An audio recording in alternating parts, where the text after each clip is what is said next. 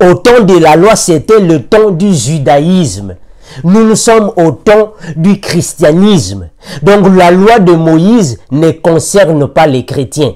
Les dîmes, on a toujours dit, les dîmes ne nous concernent pas. Les habits sacerdotaux ne nous concernent pas. La loi de Moïse ne nous concerne pas. Le peuple d'Israël ne nous concerne pas. Nous sommes du temps de la grâce. La grâce est en Jésus-Christ. Nous avons nos bénédictions en Jésus. Donc la loi de Moïse ne nous concerne pas.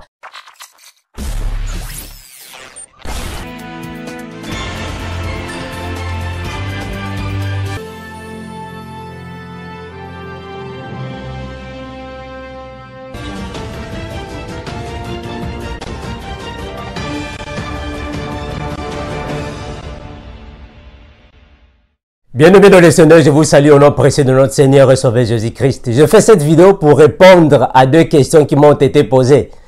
Le frère Tony Bob Kinanga, à partir de Kabina en Angola, il pose une question, celle de savoir, mais frère Armando, est-ce qu'il y a-t-il une différence entre la loi de Moïse et le temps de la grâce? Est-ce qu'il y a-t-il une différence entre le temps de la loi et le temps de la grâce?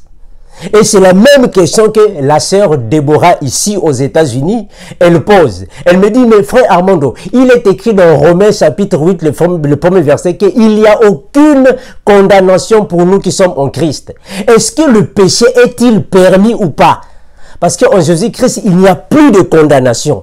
Que signifie cette phrase? Donc aujourd'hui, nous allons répondre dans cette question afin que nous puissions connaître la différence qui existe entre le temps de la loi et le temps de la grâce. Et pourquoi la Bible dit-elle que nous qui sommes en Christ, nous n'avons plus de condamnation? De quelle condamnation la Bible veut-elle faire référence? Nous donnons ces enseignements bibliques afin que vous connaissiez la vérité. En accord avec Jean chapitre 8, le verset 32, la Bible déclare que vous connaîtrez la vérité. Et la vérité vous affranchira. Car toute personne qui comprend, qui connaît la vérité de Christ est réellement un disciple de Jésus. Mais malheureusement, ceux qui demeurent dans l'ignorance sont encore des esclaves, sont encore des carpettes, sont encore des marche-pieds, sont encore dans la philosophie des hommes mortels et charnels dans ce monde. En accord avec Osée 4, 6, mon peuple périt, faute de connaissances. Voilà pourquoi, avant de répondre à toute question biblique, nous mettons encore, frères et sœurs, nous vous faisons alors part des fondements qui ont été posés par les apôtres et nous continuons de bâtir dessus.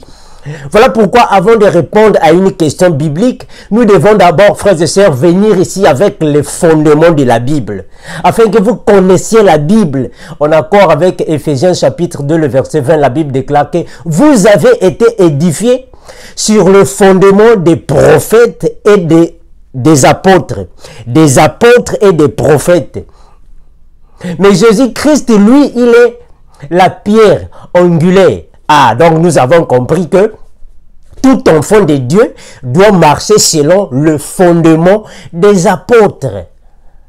Voilà pourquoi je viens pour répondre au frère Tony Kinanga et la sœur Déborah que avant de connaître ou soit avant de comprendre la différence entre le temps de la loi et le temps de la grâce, il faut d'abord comprendre que signifie le temps de la loi.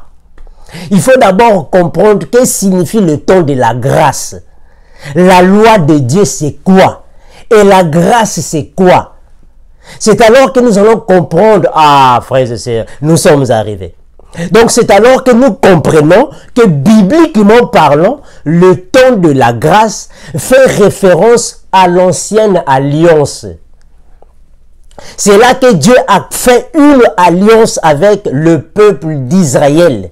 Parce que quand la Bible parle de l'ancienne alliance, la Bible fait référence du temps de la loi de Moïse. Donc là, il s'agit alors de Dieu le Père qui avait un esprit qui mouvait au-dessus des eaux et la création du monde. Et aussi la Bible fait référence à Israël qui est le peuple élu le peuple choisi par Dieu le Père. Donc l'ancienne alliance, qui est l'Ancien Testament, ça ne fait que nous parler sur trois éléments. Dieu le Père, le temps de la création et Israël qui est le peuple choisi. Mais quand nous parlons du temps, de la grâce donc là, la Bible veut alors nous faire comprendre que signifie alors la nouvelle alliance. Donc là, il s'agit alors de Dieu, le Père, qui va alors donner un fils. En accord avec Jean chapitre 3, le verset 16, la Bible déclare que « Car Dieu a tant aimé le monde, il a donné son fils, afin que quiconque croit en lui ne périsse point, mais qu'il ait la vie éternelle. » Donc nous avons compris que quand Dieu a donné Jésus, c'est pour alors sauver le monde, l'humanité. Donc cette fois-ci, Jésus est venu non seulement pour Israël, mais c'est maintenant pour le monde. Donc nous allons comprendre qu'il y a un changement de loi. Il y a un changement d'alliance. Donc il ne s'agit plus de l'ancienne alliance, il s'agit maintenant d'une nouvelle alliance. Donc dans l'ancienne alliance, c'était seulement Dieu et le peuple d'Israël. Fini. Mais dans la nouvelle alliance, là, il s'agit maintenant de Dieu qui va donner un fils pour sauver maintenant le monde. Mais nous allons aussi comprendre qu'après le temps de la grâce, il y a alors le temps du jugement. Il y a aussi la fin de la grâce, de la même manière que la loi avait pris fin pendant la grâce, et la grâce aussi prendra fin pendant le temps de la fin. Mais alors nous allons comprendre que, frères et sœurs, quand la Bible parle de l'Ancien Testament, là la Bible veut faire référence à une ancienne alliance. Il y a une différence. Donc nous avons compris qu'il y a une différence entre un Ancien Testament et une ancienne alliance. Voilà, il y a une différence. Donc nous comprenons, frères et sœurs, que quand la Bible parle d'un ancien testament, donc là la Bible veut faire référence à ce qu'on appelle par la Torah. Or, Torah en hébreu signifie en français loi. Mais dans la loi, nous avons là le Pentateuque. Or, le Pentateuque signifie les 5 livres de Moïse. Donc là, il s'agit de Genèse, ce qui signifie le commencement ou la création. Nous avons aussi Exode, ce qui signifie la sortie. Nous avons aussi le livre de Lévitique, ce qui signifie le livre sacerdotal. Or, Lévitique est tiré du mot Lévi, qui était alors un des 12 fils d'Israël, qui est alors devenu le grand-père de Moïse. Parce que Moïse, lui aussi, il est sorti de la tribu de Lévi. Et nous avons le livre de Deutéronome, ce qui signifie parole, ou soit prononcé en français. Donc Deutéronome, c'est le livre qui alors égorge toutes les dernières paroles de Moïse, les conseils de Moïse. C'est là que Moïse va donner son adieu au peuple d'Israël, parce qu'il doit alors quitter. Dieu va lui enlever. Donc le Pentateuque, c'est l'ensemble des 5 livres de Moïse. Mais nous avons aussi ce qu'on appelle par le Tanakh, qui signifie la Bible hébraïque. C'est-à-dire que le Tanakh, c'est la Bible originale. La Bible hébraïque qui avait été traduite par des docteurs en théologie. Donc là, le Tanakh, alors, c'est l'ensemble du Pentateuque, qui sont les 5 livres de Moïse. C'est aussi l'ensemble des livres que nous appelons par les Névim, ce qui signifie tous les livres des prophètes, Ésaïe, Jérémie, Ézéchiel, Habakkuk, Osée, Michée, ainsi de suite. Donc tous ces prophètes forment un livre qu'on appelle les Nevim. Et nous avons aussi les Ketuvim, ce qui est l'ensemble des divers, c'est-à-dire les livres des docteurs, ou soit des gens qui avaient la connaissance de la parole, qui ont écrit dans la Bible. On peut prendre l'exemple des Esdras, les Proverbes, les Chroniques, les Rois. Tous ces livres forment alors les Ketuvim. Donc, le Pentateuque, les Nevim et les Ketuvim forment alors l'Ancien Testament, ce qui est alors la loi, le livre qui a été donné au peuple d'Israël seulement, pour alors attendre la venue du Messie. Et nous avons alors la nouvelle alliance, qui est alors le Nouveau Testament. Mais pour vous donner alors, frères et sœurs, une information qui va vous concerner, que la nouvelle alliance n'a pas commencé dans l'évangile selon Matthieu. Non. La nouvelle alliance a commencé quand la première église est venue alors en existence. Donc là, on parle de la Pentecôte. Donc la nouvelle alliance a été activée pendant le livre des Actes des Apôtres. C'est là que l'église a commencé. Mais le livre du Nouveau Testament a commencé depuis les évangiles. Donc nous avons les évangiles des apôtres. Nous avons les actes des apôtres. Nous avons les épîtres, ou soit les lettres. Et nous avons l'Apocalypse, qui sont les révélations que Dieu a données alors à son apôtre Jean. Donc ça alors forme le temps de la grâce. Alors nous allons détailler. Nous allons donner alors, frères et sœurs, des parties essentielles qui forment l'ancienne alliance et la nouvelle alliance, afin que vous ayez la connaissance. Donc le temps de la loi a commencé pendant la libération du peuple d'Israël. Donc on va comprendre que Dieu avait choisi Abraham pour alors lui bénir. Et Dieu a donné toutes les bénédictions à Abraham.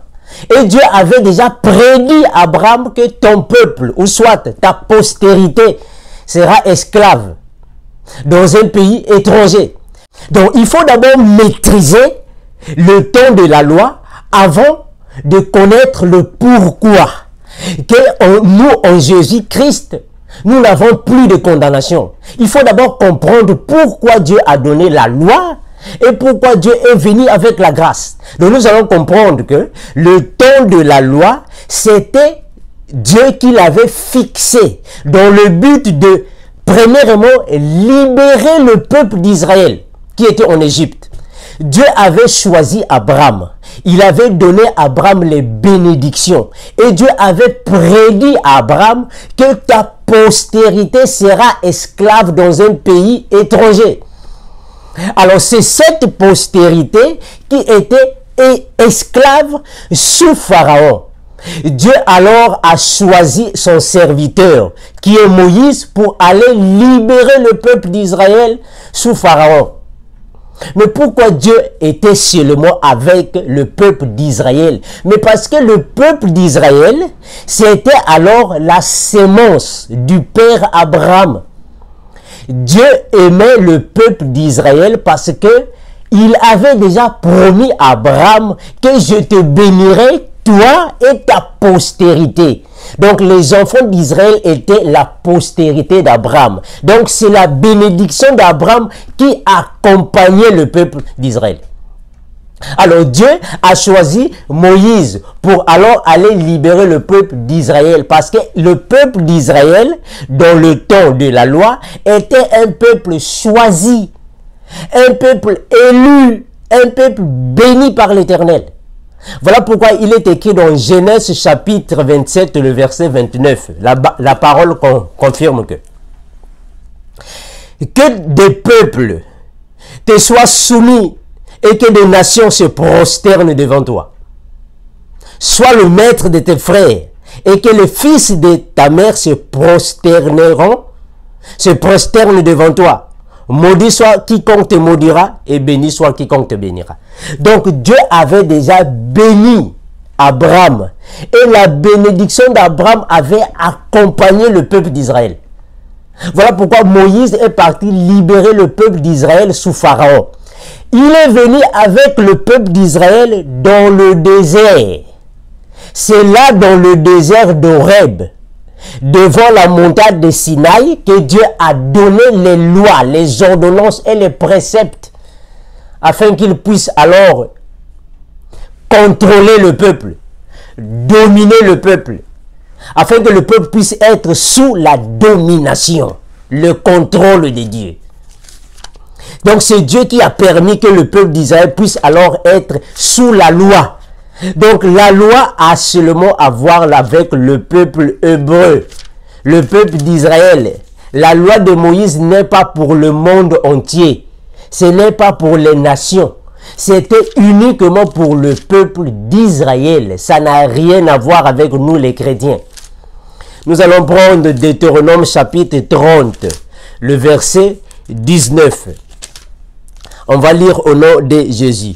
30, 19. Que déclare la Bible? La Bible déclare que j'en prends aujourd'hui à témoin contre vous, le peuple d'Israël. Ça n'a rien à voir avec les chrétiens. Contre vous, le ciel et la terre. J'ai mis devant toi la vie et la mort, la bénédiction et la malédiction. Choisis la vie afin que tu vives, toi et ta postérité. Donc c'est Dieu qui a dit au peuple d'Israël que je mets devant vous la vie et la mort. Donc la loi, les préceptes et les ordonnances, c'était la vie et la mort que Dieu avait mis devant eux, afin qu'ils puissent marcher selon les ordonnances de Dieu. Donc Dieu a fait des alliances avec le peuple. Il leur a donné le sacerdoce. Donc on va comprendre, frères et sœurs, le sacerdoce c'est quoi? On va détailler le sacerdoce. Dieu a donné la répartition du peuple. C'était au peuple d'Israël. Ça n'a rien à voir avec nous les chrétiens. Dieu leur a donné toutes ces lois afin de posséder la terre promise qui est Canaan. Donc tous les prophètes qui sont passés, ce que nous appelons par les Kétovim et les Novim, tous ceux qui sont passés, ils ont prédit, ils ont prophétisé la venue du Christ qui est Jésus, la venue du Messie, parce que le Messie signifie un libérateur, un sauveur. Moïse avait libéré le peuple d'Israël, mais la mission avait échoué. Il n'avait pas réussi à sa mission. Il fallait alors envoyer un vrai libérateur, Jésus-Christ. C'est lui qui est venu alors pour libérer cette fois-ci, pas seulement Israël, mais le monde entier. Voilà pourquoi Dieu a aussi donné la grâce.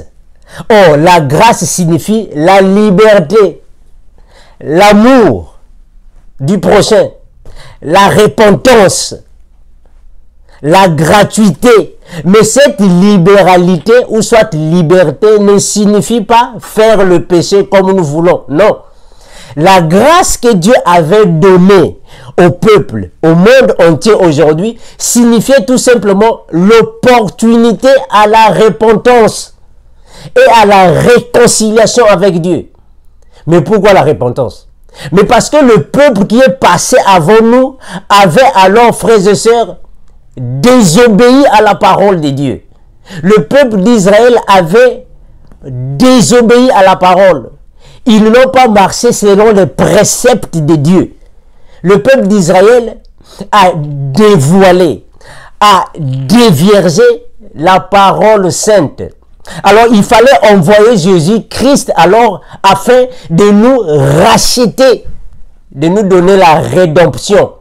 Voilà pourquoi nous venons à Jésus-Christ pour faire la repentance et la réconciliation. Or, se réconcilier signifie demander pardon pour alors reprendre la même amitié, reprendre la même confiance, la même crédibilité. C'est ça la réconciliation. Il fallait faire la réconciliation entre nous, les humains, les habitants de la terre, avec Dieu le Père, mais par Jésus. Donc le temps de la grâce, c'est cet temps que Dieu a donné au monde entier. Voilà pourquoi la Bible déclare dans Jean chapitre 3, le verset 16. Car Dieu a tant aimé le monde, il a donné son Fils, afin que toute personne, quiconque croit en Christ, vient alors à la repentance des péchés pour hériter le royaume. Donc nous sommes venus à Jésus-Christ. Jésus-Christ s'est approché de nous afin que nous puissions faire la réconciliation que nos pères, depuis l'ancienne alliance, ont faussé, ont échoué. Donc le temps de la grâce, c'est tout simplement l'accomplissement de la loi de Moïse par les prophètes. Donc Jésus-Christ est venu pour accomplir la parole des prophètes. Donc le Seigneur Jésus est venu dans ce monde pour accomplir la Bible. Parce que toute la Bible ne parle que de Jésus. Donc il est venu pour accomplir la parole. Voilà pourquoi sur la croix il a déclaré tout est accompli. Mais qu'est-ce que c'est accompli? C'est la parole. Donc il est venu pour accomplir la parole. Donc tous les prophètes qui sont passés ont seulement prédit. Ils ont seulement prophétisé. Ils ont seulement parlé de la part de Jésus. Voilà pourquoi la Bible le confirme aussi dans Ésaïe chapitre 7, le verset 14. Que, voici, la Vierge sera enceinte. La femme vierge sera enceinte. Elle enfantera un fils et on lui donnera le nom d'Emmanuel. Ce qui signifie Dieu parmi les hommes. Et les évangiles le confirment dans Matthieu chapitre 1, le verset 21. Elle sera enceinte. Elle enfantera. Donc là, il s'agit de Marie. Donc la Vierge enfantera un fils. Et on donnera à ce fils le nom de Jésus. C'est lui qui viendra alors sauver son peuple de ses péchés. Ah, donc nous avons compris que Jésus-Christ est venu alors dans ce monde pour sauver son peuple de ses péchés. Donc nous comprenons, frères et sœurs, qu'il n'y a que la grâce de Jésus qui peut nous sauver. La loi de Moïse ne peut pas sauver. Il n'y a que la grâce de Jésus qui sauve. Et la Bible le confirme dans Éphésiens chapitre 2, le verset 3. Nous lisons au nom de Jésus. Car c'est par la grâce que vous êtes sauvés. C'est bien écrit, frères et sœurs. Je le répète. Car c'est par la grâce que vous êtes sauvés par le moyen de la foi. Et cela ne vient pas de vous. C'est le don de Dieu. Donc la Bible confirme que la loi de Moïse ne pouvait pas nous sauver. La Bible confirme que le sacerdoce de Moïse ne peut pas sauver. Les dîmes ne peut pas sauver. Les habits sacerdotaux ne peut pas sauver, frère. Les sacrifices des animaux ne peut pas sauver, frère. Tuer les animaux ne peut pas sauver. Donc la Bible confirme que la loi de Moïse ne sauve pas. Donc tout ce que Moïse a donné comme prescription, comme loi, comme précepte ou ordonnance ne peuvent pas sauver, frère. Il n'y a que la loi de la grâce. Il n'y a que la grâce de Jésus qui peut sauver. Donc la Bible confirme qu'il n'y a que Jésus-Christ qui sauve. Et le temps de la grâce est venu alors pour nous donner accès au Saint-Esprit.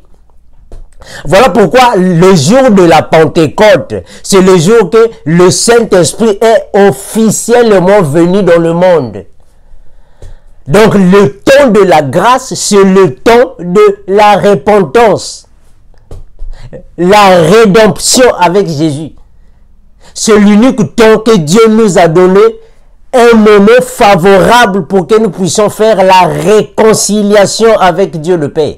Donc de la même manière que le temps de la loi a pris fin quand la grâce est venue, de la même manière que la grâce aussi prendra fin quand le temps de la fin viendra.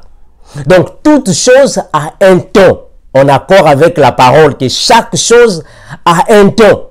La loi est finie, la grâce aussi finira et viendra le temps de la fin.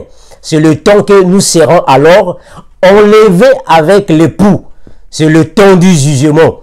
Le temps que l'époux viendra alors prendre l'église, tous les enfants de Dieu aux quatre coins de la terre.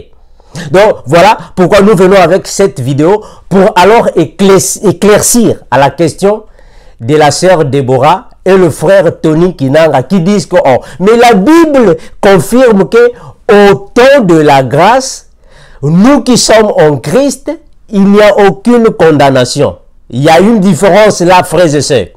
Nous allons comprendre qu'il y a une différence entre une condamnation et un péché. Bibliquement parlant, on appelle condamnation, c'est une punition que Dieu donnait aux enfants d'Israël après avoir commis un péché. Donc la condamnation était une punition. C'est différent à un péché qui est alors la transgression de la parole de Dieu. Je réponds.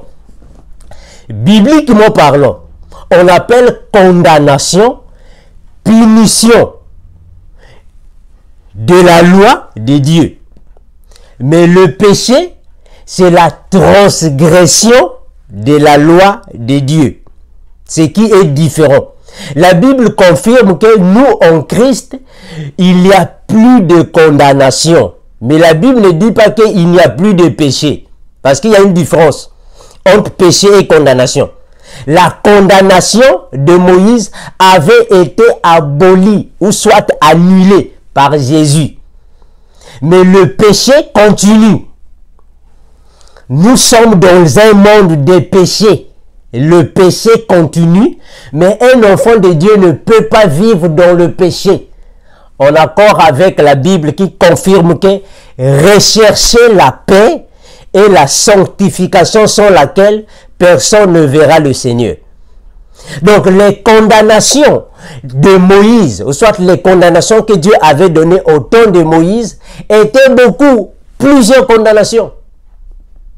Lapider une femme prostituée était une condamnation. Donc, au temps de Moïse, une femme ne pouvait pas être prostituée. Si on croise une femme en flagrant délit d'adultère, ou soit de prostitution, il fallait la lapider. C'est ça qu'on appelle condamnation. Condamner, punir.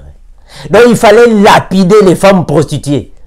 Mais nous qui sommes au temps de la grâce, toutes les femmes prostituées sont les bienvenues. On doit leur prêcher la parole afin qu'elles puissent devenir des servantes de Dieu. On ne peut pas lapider, on ne peut pas condamner des femmes prostituées. Voilà pourquoi les pharisiens ont pris une femme prostituée et ils sont venus avec la femme devant Jésus. Ils ont dit, Maître, dans la loi de Moïse, Moïse nous a recommandé de lapider les femmes prostituées. Et toi, tu dis quoi? Jésus a dit, non, jamais. Vous ne pouvez pas la lapider. Qui de vous n'a pas encore commis un péché? Qu'il lance la première pierre. Donc nous, au temps de la grâce, nous ne pouvons pas alors repousser les femmes prostituées. On doit alors leur prêcher la parole. Au temps de Moïse, il y avait aussi la condamnation qui disait qu'un enfant d'Israël ne pouvait pas faire un mariage interracial. C'est-à-dire que si tu es enfant d'Israël, il fallait seulement chercher une femme israélite. Il fallait seulement avoir une femme de la tribu de quelconque, soit une femme qui doit venir d'une famille hébreu. Mais aujourd'hui, on n'est pas obligé, frère. Un frère en Christ peut prendre une femme de n'importe quelle tribu, n'importe quelle nationalité. On n'a plus de condamnation en Jésus-Christ.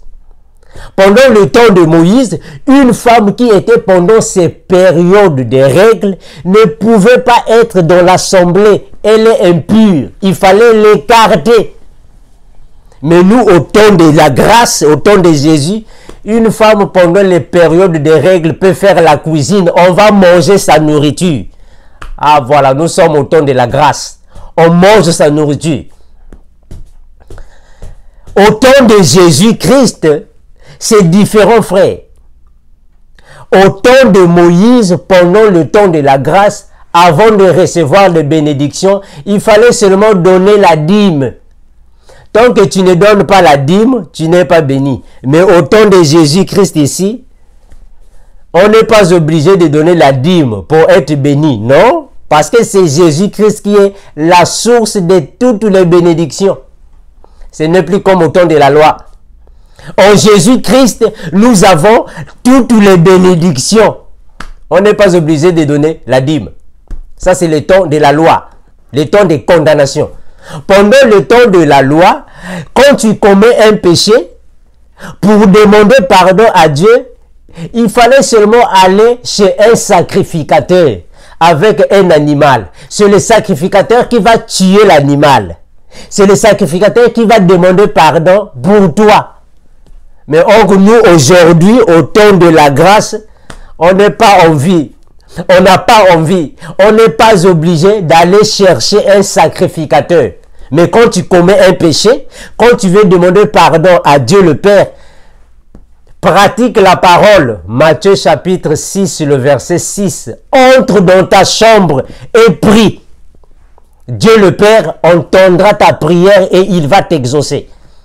Donc aujourd'hui, on n'est pas obligé de chercher un sacrificateur, un pasteur, un évêque pour demander pardon. Non. Toi-même, tu peux demander pardon dans ta chambre. Parce que nous sommes au temps de la grâce. Parce que le temps de la grâce, c'est le temps de la liberté. Donc toute personne peut être en contact avec Dieu le Père. Mais la liberté ne signifie pas commettre le péché comme tu veux. Non. Non, le temps de la grâce ne signifie pas commettre le péché comme tu veux, frères et sœurs. Non, il y a des principes à suivre. Donc, le temps de Moïse, qui était le temps des condamnations, c'était interdit de prendre une femme qui est déjà déviergée et de la proposer au mariage. Non. Il fallait seulement prendre une femme vierge et la prendre au mariage. Si tu prends une femme déviergée, frères et sœurs, tu as des problèmes avec la loi de Moïse. Mais or, nous, aujourd'hui, non, on peut prendre n'importe quelle femme. Il suffit seulement de la rendre pure, la sanctifier par la parole. Donc, au temps de Jésus, qui est le temps de la grâce, il n'y a plus de condamnation. C'est ça les condamnations dont la Bible fait référence. Au temps de Moïse, frères et sœurs, toute femme ne pouvait pas prendre la parole dans l'assemblée. Au temps de Moïse, toute femme ne pouvait pas alors, frères et sœurs, contrôler, donner des enseignements à un homme. Au temps de Moïse, une femme ne pouvait pas alors regarder les hommes dans les yeux. Toute femme ne pouvait pas alors, frères et sœurs, se promener en jupe, en mini-jupe. Donc, il y avait des condamnations. Mais aujourd'hui, dans notre temps, Dieu a donné alors la grâce. Or, au temps de la grâce, toute personne est libre. Une femme peut prier à Dieu et demander pardon à Dieu. Elle n'est pas obligée de chercher un sacrificateur. Donc, nous sommes libres en Jésus. Voilà pourquoi la parole déclare que en Jésus-Christ, nous sommes affranchis. Et celui qui est affranchi n'est plus un esclave. Nous sommes libres. Quand tu veux prier, entre dans ta chambre, prie. Quand tu es malade, prie. Tu n'es pas obligé d'amener un animal pour être sacrifié. On est libre. Donc, au temps de Moïse, Dieu avait permis au peuple d'être alors vigilants, rigoureux les uns envers les autres. Voilà pourquoi Moïse a dit œil pour œil et dent pour dent. Donc, on va comprendre, frères et sœurs, que la loi que Dieu avait donnée à Moïse était une loi de rébellion, de dureté. Parce que Dieu qui est amour ne peut jamais permettre que les gens puissent alors se battre entre eux. Mais la Bible confirme que c'était dent pour dent, œil pour œil. Or, Jésus, lui, il est venu avec l'amour. Ce qui signifie qu'il y a un changement de loi. Il y a une différence dans la loi. Nous allons prendre un verset. Là, je suis dans Ézéchiel chapitre 20. Je prends le 25e verset. Ézéchiel 20, 25. Je lis au nom de Jésus. Ézéchiel 20, 25. Je leur donnais aussi des préceptes qui n'étaient pas bons. Oh, est-ce que vous comprenez ça? Donc ça c'est Dieu qui est en train de dire par son prophète Ézéchiel. Je leur donnais aussi des préceptes qui n'étaient pas bons. Oh, donc Dieu savait que les lois, les ordonnances et les préceptes qu'il avait donnés à Moïse, ce n'était pas bon. Mais pourquoi Dieu leur avait donné tous ces préceptes? Mais parce que Jésus-Christ, lui, quand il est venu, il a dit que c'était à cause de leur dureté de cœur. Parce que les enfants d'Israël étaient rebelles devant la parole de Dieu. Je continue. Je leur donnais aussi des préceptes qui n'étaient pas bons et des ordonnances par lesquelles ils ne pouvaient vivre. Donc, ils ne pouvaient pas vivre par ces ordonnances par rapport à leur incrédulité. C'était des hommes incrédules. Ils ne croyaient pas à la parole. Je les souillais par leur offrande quand ils faisaient passer par le feu tous leurs premiers-nés. Donc, ils tuaient leurs premiers-nés. Ils passaient par le feu leurs premiers-nés pour avoir des bénédictions, pour avoir la protection. Donc, la loi de Moïse était une loi à refaire. Parce qu'il y avait beaucoup de choses qui n'étaient pas bonnes, dignes des enfants de Dieu. C'était des choses qui étaient contraires à la grâce. Passer leurs enfants par le feu. Je voulais aussi les punir. Donc Dieu voulait les punir. Donc la loi de Moïse, comme avait dit l'apôtre Paul, ce n'était que l'ombre des choses à venir. C'était une punition que Dieu leur avait donnée. Il fallait donner les dîmes. Il fallait passer par les sacrificateurs. Il y avait beaucoup de condamnations. Donc c'était une loi qui était alors destinée à être remplacée parce qu'elle n'était pas bonne à cause de leur incrédulité. Ainsi de les punir et leur faire connaître que je suis l'Éternel. Donc Dieu faisait ça par exprès pour alors leur punir afin qu'ils puissent reconnaître alors la puissance de Dieu. Mais pourquoi Dieu leur donnait des préceptes qui n'étaient pas bons? Pourquoi Dieu a autorisé aux enfants d'Israël des commandements qui n'étaient pas dignes des enfants de Dieu? On va prendre Matthieu chapitre 17, je crois que le Seigneur Jésus-Christ a répondu à cette question. Matthieu chapitre 19,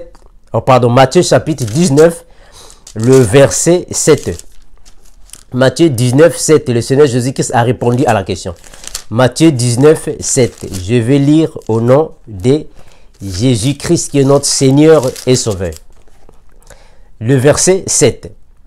Alors, pourquoi donc lui dirent-ils? Moïse a-t-il prescrit de donner à la femme une lettre de divorce et de la répudier? Donc les pharisiens sont venus demander à Jésus, oh mais maître, mais dis-nous un peu, Moïse nous a dit que quand une femme est en train de mal se comporter, un homme a le droit de lui donner une lettre de divorce et la répudier. Toi, qu'est-ce que tu dis? Et Jésus-Christ prit la parole et dit, c'est à cause de la dureté de votre cœur que Moïse vous a permis de répudier vos femmes. Mais au commencement, il n'était pas ainsi. Mais je vous le dis que celui qui répudie sa femme commet un adultère. Et celui qui épousera celle qui avait été répudiée, lui aussi commettra un adultère. Donc, nous allons comprendre, frères et sœurs, que Moïse avait prescrit aux enfants d'Israël que quand une femme se comporte mal, tu as le droit de la répudier. Mais Jésus-Christ lui vient dire non, vous ne pouvez pas répudier vos femmes. Donc, nous allons comprendre que Moïse leur avait donné ces lois par rapport à leur dureté de cœur, leur incrédulité. Parce que les enfants d'Israël ne mettaient pas en pratique la parole de Dieu. Ils sont même arrivés au point de chercher à taper Moïse, à frapper sur Moïse. Donc Moïse était contre leur caractère et leur comportement. Dieu aussi était contre leurs fruits. Voilà pourquoi Dieu avait donné les lois, les préceptes et les ordonnances aux enfants d'Israël à cause de leur dureté de cœur. Mais Dieu savait que ces lois n'étaient pas bonnes. Ces préceptes n'étaient pas dignes des enfants de Dieu. Donc cela signifie que tout enfant de Dieu qui est en Jésus-Christ n'a aucune condamnation. Toutes les condamnations ne sont pas pour nous les chrétiens, c'était les condamnations des enfants d'Israël. Nous, en Christ Jésus, nous avons la paix. Voilà pourquoi la Bible confirme dans Hébreux chapitre 12, le verset 14, « Recherchez la paix et la sanctification, sans laquelle personne ne verra Dieu. » Donc, nous les enfants de Dieu, le fait d'être dans le temps de la grâce, il y a une liberté. La liberté ne signifie pas être dans le péché. Non. La liberté signifie n'être pas dans la condamnation. Être libre en Jésus. Mais nous devons mener une vie de sanctification. Parce que la grâce ne signifie pas se mettre dans le péché comme nous voulons. Il y a une vie de sanctification que nous devons mener. La grâce, bibliquement parlant, c'est le pardon, la liberté, l'amour du prochain, la repentance, la réconciliation avec Dieu, la rédemption. Donc la grâce est venue avec Jésus-Christ afin que nous soyons sauvés. Parce que la loi ne sauve pas et la loi n'a pas sauvé ceux qui sont passés. Mais nous sommes sauvés par la grâce, en accord avec Éphésiens chapitre 2, le verset 8. Donc c'est la grâce qui nous sauve. Mais cela ne signifie pas que nous devons mener une vie de péché. Parce que la condamnation est différente au péché. Voilà pourquoi la Bible le confirme dans 1 Corinthiens chapitre 10, le verset 14, que fouillez l'idolâtrie. Ce qui veut dire que l'idolâtrie est un péché. Donc un enfant de Dieu ne peut pas résister, rester dans l'idolâtrie parce que c'est un péché. Il faut fuir ça. Donc la Bible nous amène à croire ou à comprendre que le temps de la grâce n'est pas un temps de facilité, de liberté au péché. Mais c'est un temps alors de concentration dans la parole de Dieu. Et la Bible le confirme encore de 1 Corinthiens chapitre 6, le verset 18. Fuyez l'impudicité. Donc la Bible nous défend l'impudicité. Ce qui veut dire que la Bible, au temps de la grâce, c'est le temps d'avertissement, le temps de repentance, le temps de fuir le péché parce que le temps de la fin arrive. Et la Bible le confirme encore dans 1 Jean, chapitre 2, le verset 15, que n'aimez point les choses du monde. Parce que celui qui aime le monde, l'amour de Dieu n'est pas en lui. Or, les choses de ce monde, c'est tous les péchés que nous voyons ici. Donc, la Bible nous convainc que le temps de la grâce est un temps de concentration parce que le temps de la grâce prendra fin. Ça va finir. Le temps de la fin viendra et la grâce finira. Le pardon de Dieu finit. Le pardon de Dieu n'est pas illimité. C'est un pardon qui est limité. Ça va finir. La grâce finira. Le pardon de Jésus-Christ finira. Il y aura le temps de la fin. Au temps de la fin, Dieu ne va plus pardonner. Donc le temps qui nous semble et qui nous avait été donné, c'est le temps ici. Il faut alors profiter pendant que nous sommes encore vivants, parce que le pardon de Dieu finira. La grâce finira. Je vais prendre un verset. Là, je suis dans 1 Pierre chapitre 1, je prends le 10e verset. 1 Pierre 1, 10. Je lis au nom de Jésus. 1 Pierre 1, 10. Que déclare la Bible? Les prophètes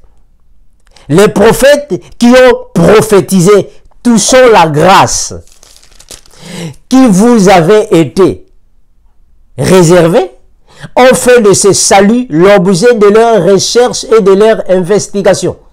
Donc les prophètes, ici, il s'agit de tous les prophètes qui sont passés. Et alors, ils ont prophétisé. Dieu leur a montré qu'il y aura le temps de la grâce qui viendra. Et c'est au temps de la grâce qu'il y aura le salut. Dans le temps de la loi que vous êtes ici, il n'y a pas de salut. Le salut viendra au temps de la grâce. Et beaucoup de prophètes ont voulu arriver dans notre temps ici, le temps du salut, pour voir Jésus-Christ, pour recevoir le Saint-Esprit. Mais ils n'ont pas arrivé. Mais nous avons reçu cette opportunité. Parce que la Bible déclare que le temps de la grâce, c'est un don de Dieu. Donc ce n'est pas un temps de venir alors blaguer, être déconcentré. C'est le temps de la concentration dans la parole. Parce que ça va passer. La grâce va terminer. Et le temps de la fin, frères et sœurs, viendra. Je vais encore lire Éphésiens chapitre 2, le verset 12. Pour vous faire croire, ou soit pour vous montrer que le temps de la grâce passera, frères et sœurs. Viendra le temps de la fin. Éphésiens chapitre 2, le verset 12. Je lis au nom de Jésus-Christ. Souvenez-vous que vous étiez en ce temps-là sans Christ. Nous étions sans Christ, privés du droit de cité en Israël, étrangers aux alliances de Dieu, de la promesse, sans espérance et sans Dieu dans le monde. Le temps de la loi, Dieu a donné l'ancienne alliance. Une alliance est un pacte, un contrat entre Dieu le Père et son peuple. C'est ça qu'on appelle une alliance. Donc quand Dieu a fait une alliance, un pacte, un contrat entre lui et le peuple, le contrat là allait finir. Et nous les nations, nous n'étions pas dans le contrat, dans le pacte, dans l'alliance. L'alliance ancienne concernait que le peuple d'Israël. Ça ne concernait pas les nations. On n'avait rien à voir avec ça. Nous sommes les chrétiens. Au temps de la loi, c'était le temps du judaïsme. Nous sommes au temps du christianisme. Donc la loi de Moïse ne concerne pas les chrétiens. Les dîmes, on a toujours dit, les dîmes ne nous concernent pas. Les habits sacerdotaux ne nous concernent pas.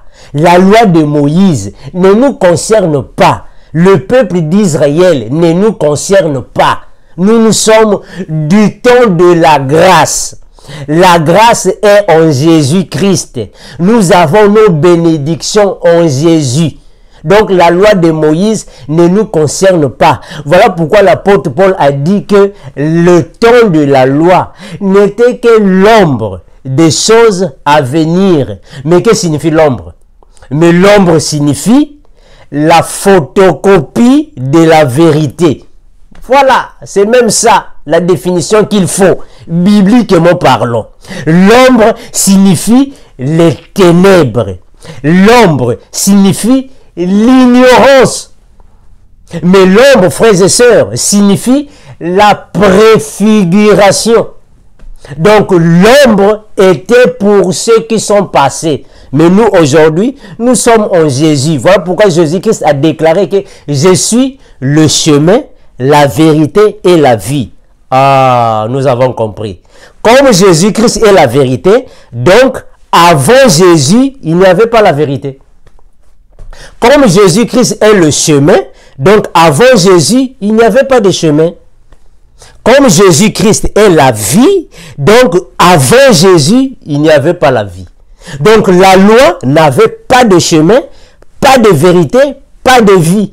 Mais c'est Jésus qui est le chemin, la vérité et la vie. Donc l'ancienne alliance n'était que l'ombre des choses à venir. Voilà pourquoi on a vu dans la Bible déclare que le Dieu d'Abraham, le Dieu d'Isaac et le Dieu de Jacob. Oh, mais on va poser une question. Pourquoi il n'y avait pas eu le Dieu de Tatamaboui là? Oh, pourquoi on n'a pas vu le Dieu de Tatanzingankuvu?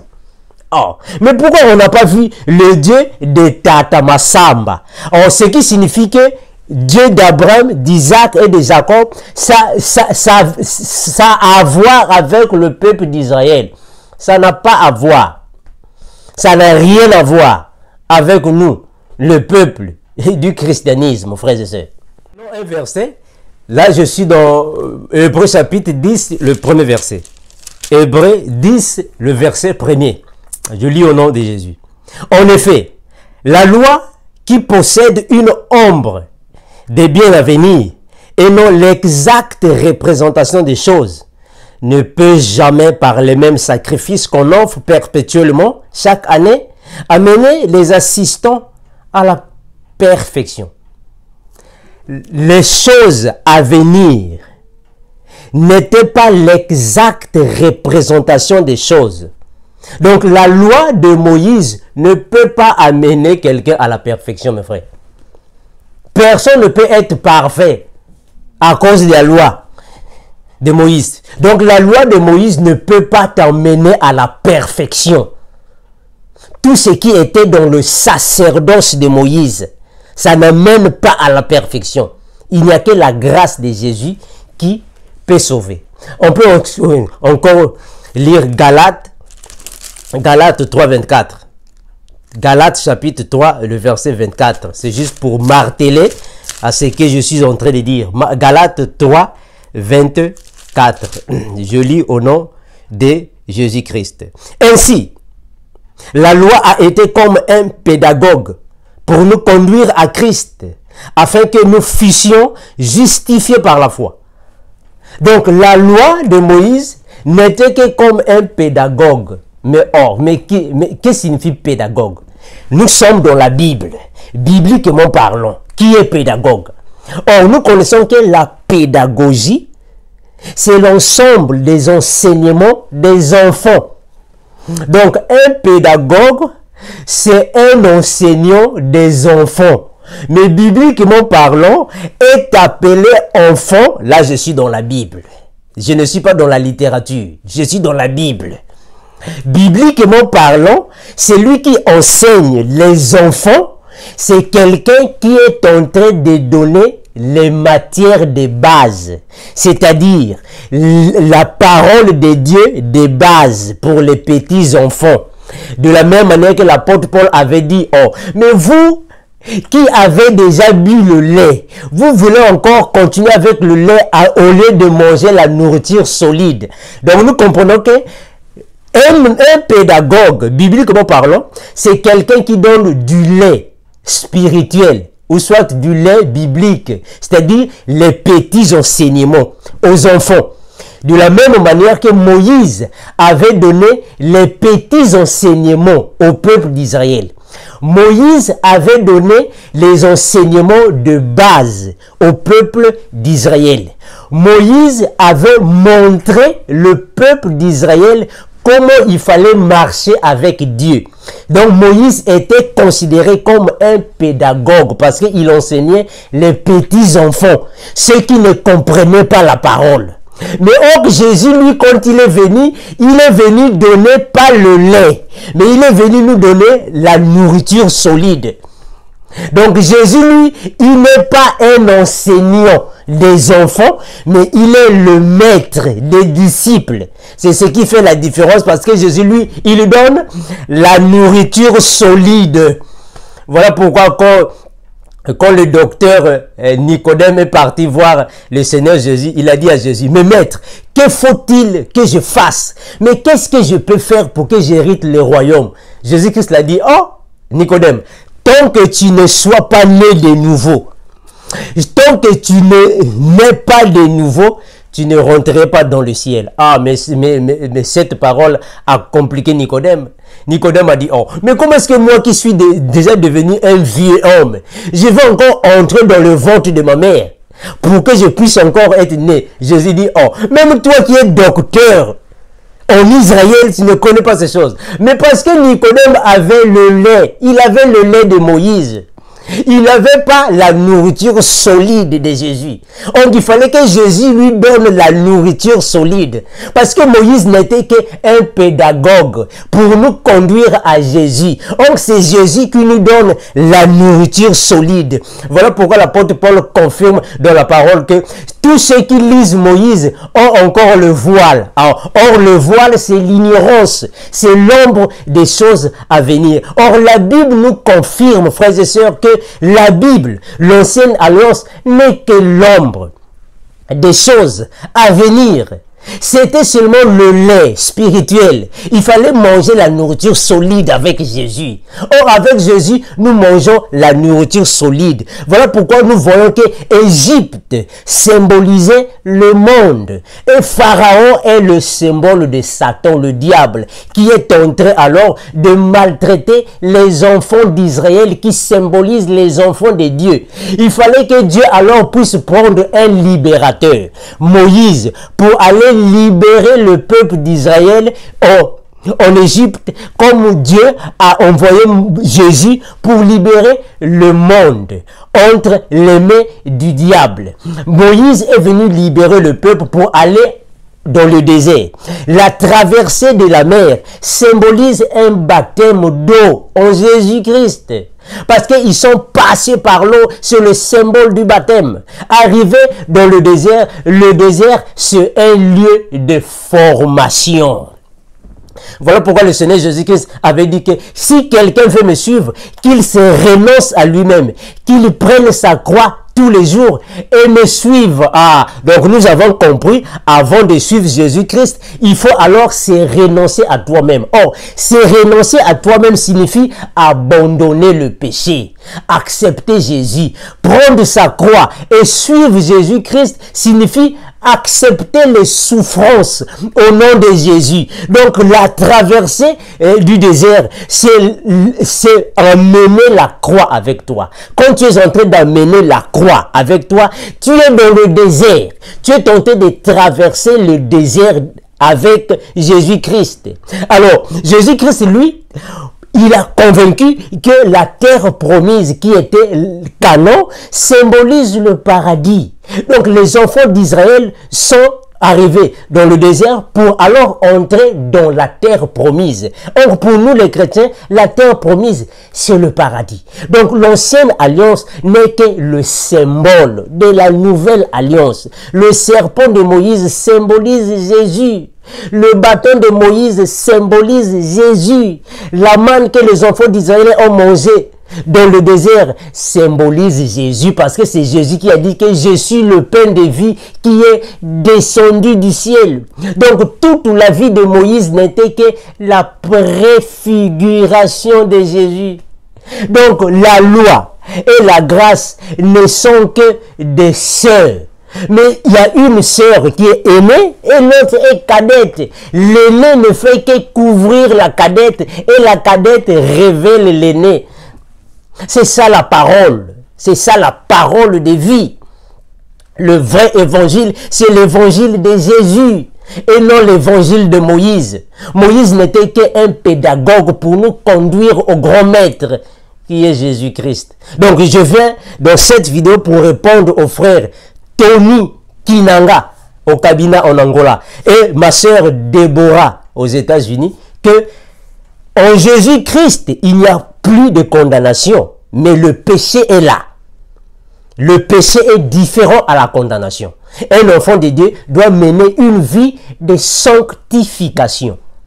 Et la différence qui existe entre l'ancienne alliance et la nouvelle alliance, c'est par rapport au salut. L'ancienne alliance n'avait pas de salut, mais nous, dans la nouvelle alliance, dans le temps de la grâce, nous avons le salut par Jésus-Christ qui nous a rachetés, qui nous a donné la rédemption de tous nos péchés. Merci, nous sommes ici pour toute question. Contactez le frère Armando Kinanga. Nous sommes aussi sur YouTube, Vérité 116 TV. Et nous faisons la recommandation de Jésus-Christ en accord avec Matthieu chapitre 28, verset 19. Allez, faites de toutes les nations mes disciples. Enseignez-les la parole de Dieu et baptisez-les au nom du Père, du Fils et du Saint-Esprit. Amen.